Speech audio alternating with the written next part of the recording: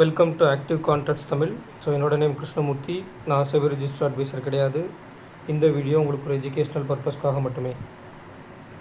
So வர்ற October 5ஆம் தேதி முதல் ஞாயிற்றுக்கிழமை நம்மளுக்கு அக்டோபர் மாதத்துக்கான மந்த்லி செஷன்ஸ் வந்து ஸ்டார்ட் ஆகுது.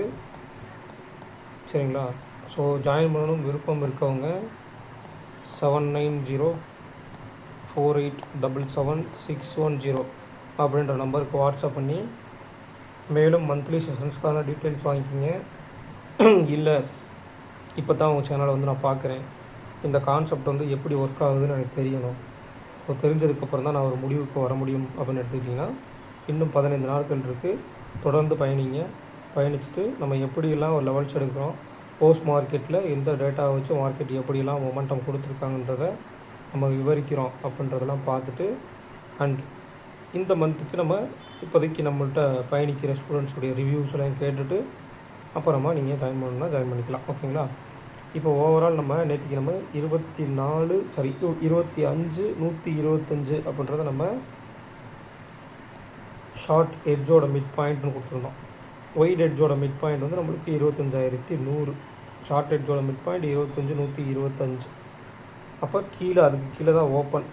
அங்கே மேலே போகவே இல்லை மார்க்கெட், அதுக்கு கீழே தான் ஓப்பன், அதுக்கு கீழே தான் ஃபஸ்ட்டு 5 மினிட்ஸ்லேயும் க்ளோஸ் வச்சுருக்காங்க.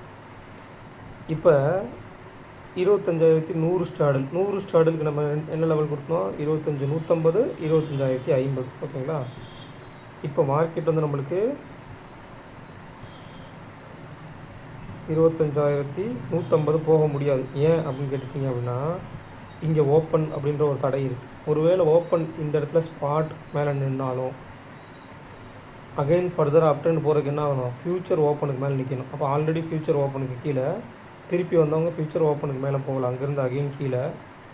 ஸோ நீங்கள் நல்ல ஒரு விஷயத்தை கவனித்து பார்க்கணும். நேற்றுக்கு நமக்கு எஸ்டர்டே ஹைக்கு மேலே ட்ரேட் ஆகி கால் ஆப்ஷனுக்கு ப்ரீமியம் கொடுக்கப்பட்டிருக்கு. ஓகேங்களா? கால் ஆப்ஷனுக்கு ப்ரீமியம் கொடுக்கப்பட்டிருக்கு. அப்போ அந்த கொடுக்கப்பட்ட ப்ரீமியம் என்ன ஆகும்? அடுத்த நாள் வந்து ஓப்பனுக்கு கீழே அப்படின்னா ஒன்று கீழே வரணும், இல்லை சைட் வைஸில் போகணும். அப்போ இந்த எஸ்டர்டே ஹைக்கு மேலே போய் ட்ரேட் ஆகி ப்ரீவியஸ் க்ளோஸுக்கு மேலே, இந்த இடத்துல நம்மளுக்கு க்ளோஸுக்கு மேலே தான் மார்க்கெட் முடிச்சிருக்காங்க. கிட்டத்தட்ட 108 பாயிண்ட் சம்திங் நம்மளுக்கு பாசிட்டிவில் முடிச்சிருந்தாங்க இல்லையா? அப்போ ஒரு பாசிட்டிவில் மொமெண்டம் முடிஞ்ச மார்க்கெட் அடுத்த நாள் லோவை கட் பண்ணுறதுக்கு சான்சஸ் கம்மின்னு நம்ம சொல்லியிருக்கோம். அப்போ லோ இங்கே இருக்குது.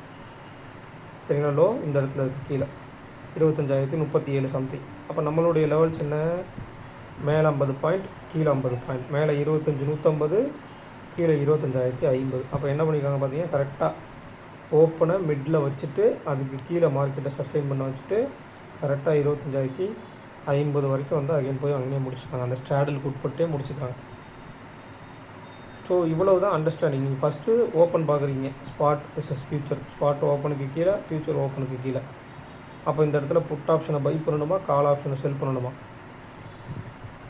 கால் ஆப்ஷனை செல்லிங் தான் பண்ணுற மாதிரி இருக்குது. ஏன் அப்படின்னா, நேற்றுக்கு கொடுக்கப்பட்ட ப்ரீமியம் கால் செல்லினால் கால் வந்து டிகே தான் ஆகுமே ஒழிய புட்டுக்கு பெருசாக ப்ரீமியம் கொடுக்க மாட்டாங்க. இதை நீங்கள் அண்டர்ஸ்டாண்ட் பண்ணிக்கிட்டீங்கனாலே எந்தெந்த மார்க்கெட்டில் பையர் என்ட்ரி ஆகணும், எந்தெந்த மார்க்கெட்டில் செல்லர், ஆல்மோஸ்ட் எல்லா மார்க்கெட்டில் நீங்கள் என்ட்ரி ஆகலாம், பிரச்சனை கிடையாது, கரெக்டான மொமெண்டம் பார்த்துட்டு. பட் பையர் வந்து எந்தெந்த இடத்துல என்ட்ரி ஆகணும்னு நம்ம பார்க்கணும். பொதுவாகவே நம்ம என்ன சொல்கிறோம்? எஸ்டர்டே ஹை அண்ட் லோக்குள்ளே என்ட்ரி ஆகாதீங்க அப்படின்னு தான் சொல்கிறோம். அந்த ஹையை தாண்டி பிரேக் அவுட் நடந்தால் மட்டும் என்ட்ரி ஆகுங்க அப்படின்னு. இப்போ இதில் இன்னொரு விஷயம் நல்லா நீங்கள் கவனிச்சிட்டிங்கன்னா, லாஸ்ட் வீக் நம்மளுக்கு நல்ல பாசிட்டிவ்லேயே முடிச்சுக்கிறாங்க. ஓகேங்களா? லாஸ்ட் வீக் நல்ல பாசிட்டிவில் முடிச்சுக்கிறாங்க. ஆனால் இந்த வீக் ஓப்பனுக்கு கீழே இருக்காங்க. சரிங்களா? இந்த வீக் ஓப்பனுக்கு கீழே இருக்காங்க. இந்த வீக்கில் இன்றைக்கி வச்சுருக்கக்கூடிய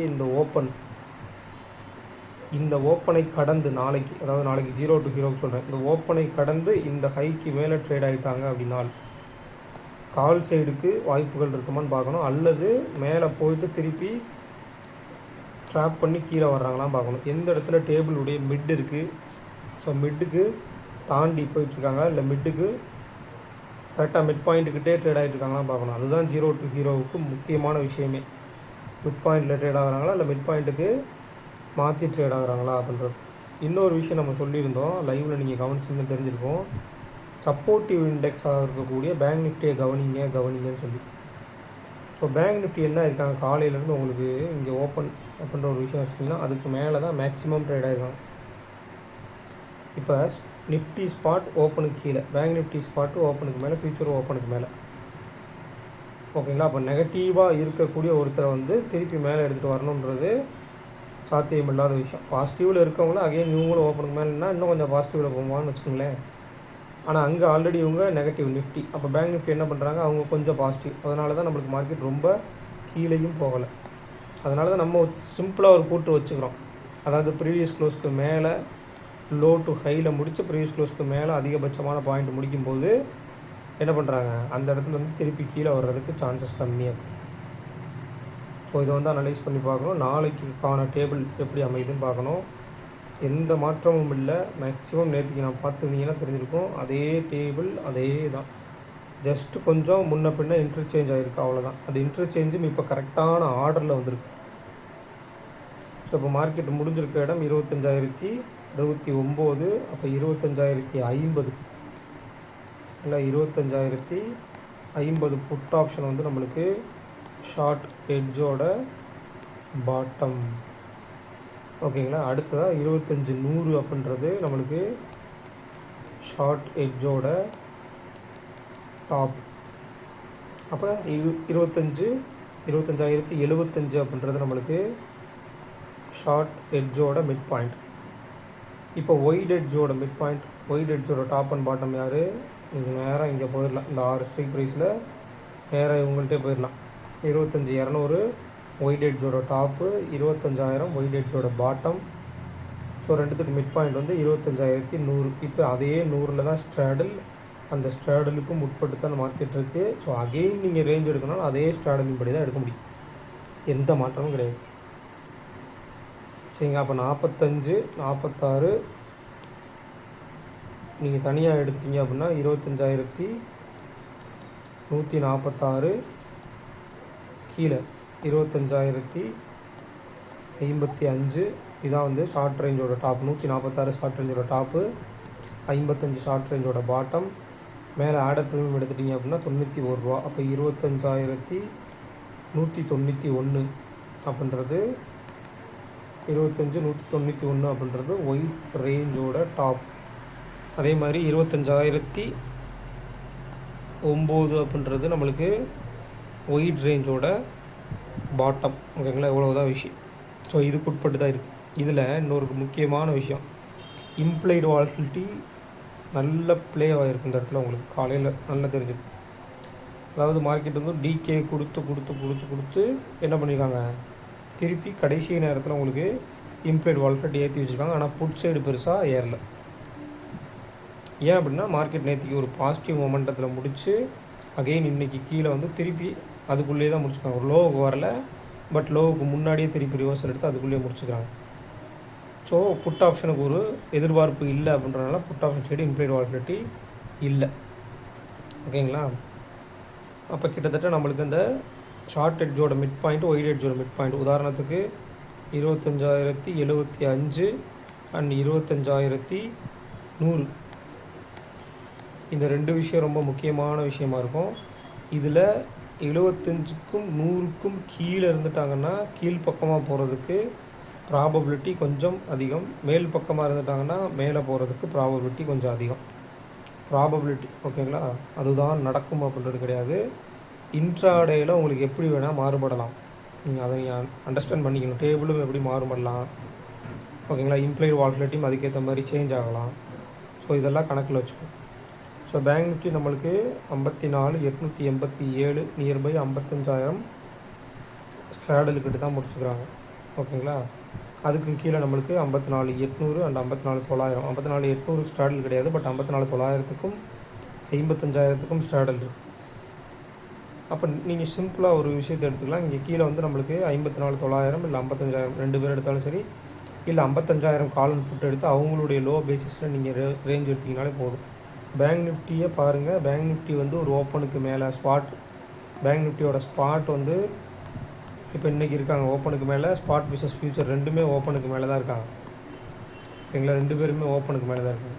நாளைக்கு ஒரு வேளை இவங்க முரண்பட்டு இருந்தாங்கன்னா ஸ்பாட் ஓப்பனுக்கு மேலேயும் ஃபியூச்சர் ஓப்பனுக்கு கீழே இருந்து இவங்களுக்கு அப்படியே ஆப்போசிட் நிஃப்டியில் வந்து ஃப்யூச்சர் ஓப்பனுக்கு மேலேருந்து ஸ்பாட் ஓப்பனுக்கு கீழே இருந்தாங்க அப்படின்னா கொஞ்சம் கான்ட்ரடிக்ஷனாக போய் ஓவரால் சரியான சைட்வேஸ்குள்ளே போயிடும். அண்ட் எந்த அளவுக்கு ப்ரீமியம் டிகே ஆகுதுன்னு பாருங்கள். டிகே ஆகுறதுக்கு எவ்வளோ டைம் எடுத்துக்கிறாங்க, டிகே ஆகும்போது எந்த எட்ஜில் இருக்காங்க, ஒரு ப்ரீமியம் நல்ல டிகே போகும்போது மார்க்கெட் எந்த எட்ஜில் இருக்குது, எட்ஜஸுக்குள்ளே இப்போ இன்றைக்கி வச்சுருக்க டேபிள் தான் நாளைக்கு, சரிங்களா? அதை நீங்கள் வந்து எந்த விதமான குழப்பமும் இல்லாமல் வச்சுக்க. இன்றைக்கி என்ன டேபிள் இருக்கோ அந்த டேபிளின் படி தான் நாளைக்கு முடிகிறதுக்கு அதிகபட்ச வாய்ப்புன்றது ஃபஸ்ட் அந்த எக்ஸ்பைரியை கொண்டு வந்து அந்த இடத்துல வைக்கிறதுன்றது வச்சுட்டு அகைன் வேறு பக்கம் மொமெண்டம் போகலாம். பட் அந்த இடத்துக்கிட்ட கொண்டு வரணும் அப்படின்றது வந்து ஃபஸ்ட்டு விஷயம், சரிங்களா? நேற்றுக்கு டேபிள் என்ன இருக்கோ அந்த டேபிளுக்கு நாளைக்கு 0 to 0க்கு இம்பேக்ட் இருக்கும். இன்றைக்கி டேபிளுக்கு, அதாவது இன்றைக்கி டேபிளுக்கு நாளைக்கு 0 to 0க்கு இம்பேக்ட் இருக்கும்.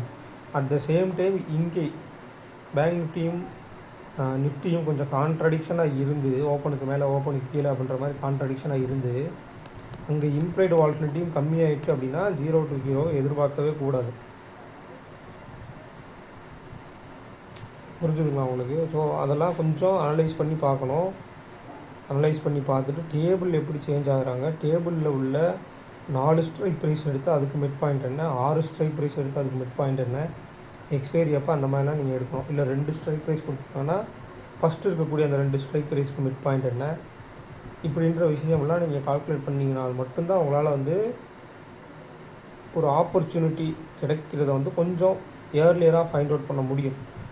இல்லைன்னா அதை முடிஞ்சதுக்கப்புறம் நீங்கள் ஃபைண்ட் அவுட் பண்ணி எந்த விதமான பிரயோஜனமும் கிடையாது. டேட்டா எடுத்துக்கலாம், ஒரு ஒரு ஒரு நாலேஜ் கிடைக்கும், அவ்வளோதான். ஸோ இவங்கள்ட்ட வந்து பார்த்திங்கன்னா கால் சைடு அதிகமாக இருக்காங்க, புட் சைடு வந்து கம்மியாக இருக்காங்க. So call option side implied volatility அதிகம், இம்ப்ளைட் வால்டிலிட்டி கொடுத்துருக்காங்க. மார்க்கெட்டையும் அவங்களையும் ப்ரீவியஸ் க்ளோஸ்க்கு மேலே நிற்க வச்சுருக்காங்க. ஸோ அது நாளைக்கு எப்படி ஒரு இம்பேக்டாக க்ரியேட் ஆகுன்னு பார்க்கணும். அதாவது நிஃப்டி வந்து இப்போ பேங்க் நிஃப்டி வந்து வீக்லி ஓப்பனுக்கு மேலே அப்படின்னா நிஃப்டி வீக்லி ஓப்பனுக்கு கீழே, 2 பேருமே கான்ட்ரடிக்ஷனாக இருக்காங்க வீக்லி ஸ்டார்ட் ஆகும்போதே. அப்போ ஃபர்தராக நாளைக்கு இல்லை அடுத்தடுத்த நாட்களில் அவங்க எப்படி பயணிக்கிறாங்கன்றதை பார்க்கணும். நாளைக்கு முக்கியமாக 0 to 0க்கு என்ன மாதிரி லெவல்ஸ்லாம் செட் பண்ணுறாங்க, எதெல்லாம் எட்ஜஸாக வைக்கிறாங்க, அந்த எட்ஜஸுக்கிட்டலாம் எந்தெந்த டயத்தில் ட்ரேட் ஆகுறாங்க, அவங்க ட்ரேட் ஆகும்போது உதாரணத்துக்கு மேலே கீழே நம்ம எடுத்துக்கிட்டோம்னா கீழே வரும்போது கால் ஆப்ஷன் இங்கே டிகே ஆகிருக்கு அதிகபட்சமாக, மேலே போகும்போது காலையிலேயோ இல்லை ஒரு செகண்ட் ஆஃப் செஷன்லேயோ வந்து புட் சைடு வந்து நல்ல டிகே நடந்திருக்கா அப்படின்றதெல்லாம் பார்க்கணும். மிட் பாயிண்ட் எந்த இடத்துக்கு இருக்குது அப்படின்றது ரொம்ப ரொம்ப முக்கியம், அதை விட்டுறாதீங்க. அதுதான் வந்து உங்களுக்கு கரெக்டான வந்து எக்ஸ்பைரியை காமிச்சு கொடுக்கும். ஸோ ஒரு எக்ஸ்பைரி கரெக்டான இடத்துல நடக்க போகிற இடத்துக்கு நியர்பை இருக்கும்போது உங்களுடைய தவறான ட்ரேட்ஸை வந்து கொண்டு போகாமல் தடுக்கும், சரிங்களா? டேபிளுடைய மிட் பாயிண்ட்டை நீங்கள் பார்த்தீங்கன்னா தான் தடுக்கும். ஒரு மிட் பாயிண்ட் இந்த இடத்துல இருக்குன்னா நியர்பை அங்கே தான் ட்ரேட் ஆகிட்டு இருக்காங்க அப்படின்ற பட்சத்தில் அங்கே 0 to 0 எதிர்பார்க்கக்கூடாது. ரொம்ப ரொம்ப முக்கியமாக எல்லாத்துக்கும் சொல்ல வேண்டிய விஷயம், எக்ஸ்பைரி அன்னைக்கு கொஞ்சம் காமாக ட்ரேட் பண்ணுங்கள், கால்குலேட் பண்ணி ட்ரேட் பண்ணுங்கள். 1 or 2 ட்ரேட்ஸோடு விட்டுருங்க. நிறைய பேருக்கு கேபிட்டல் லாஸ் ஆகுறது அதனால தான், அந்த எக்ஸ்பைரினால தான். ப்ரீமியம் கம்மியாக இருக்குது அப்படின்ற பட்சத்தில் அதிக லாட்ஸை போடக்கூடாது. 0 to 0 ட்ரை பண்ணுறீங்கனாலும் லாட்ஸை கம்மி பண்ணணும், லாட்ஸ் அதிகமாக போடக்கூடாது. ஸோ கேர்ஃபுல்லாக ட்ரேட் பண்ணுங்கள். இந்த வீடியோ பிடிச்சிருந்துச்சு அப்படின்னா லைக் பண்ணுங்கள், ஷேர் பண்ணுங்கள், சப்ஸ்கிரைப் பண்ணுங்கள். மறக்காமல் உங்கள் கருத்துக்களை வந்து கமெண்ட் செக்ஷனில் கமெண்ட் பண்ணுங்கள். நன்றி, வணக்கம்.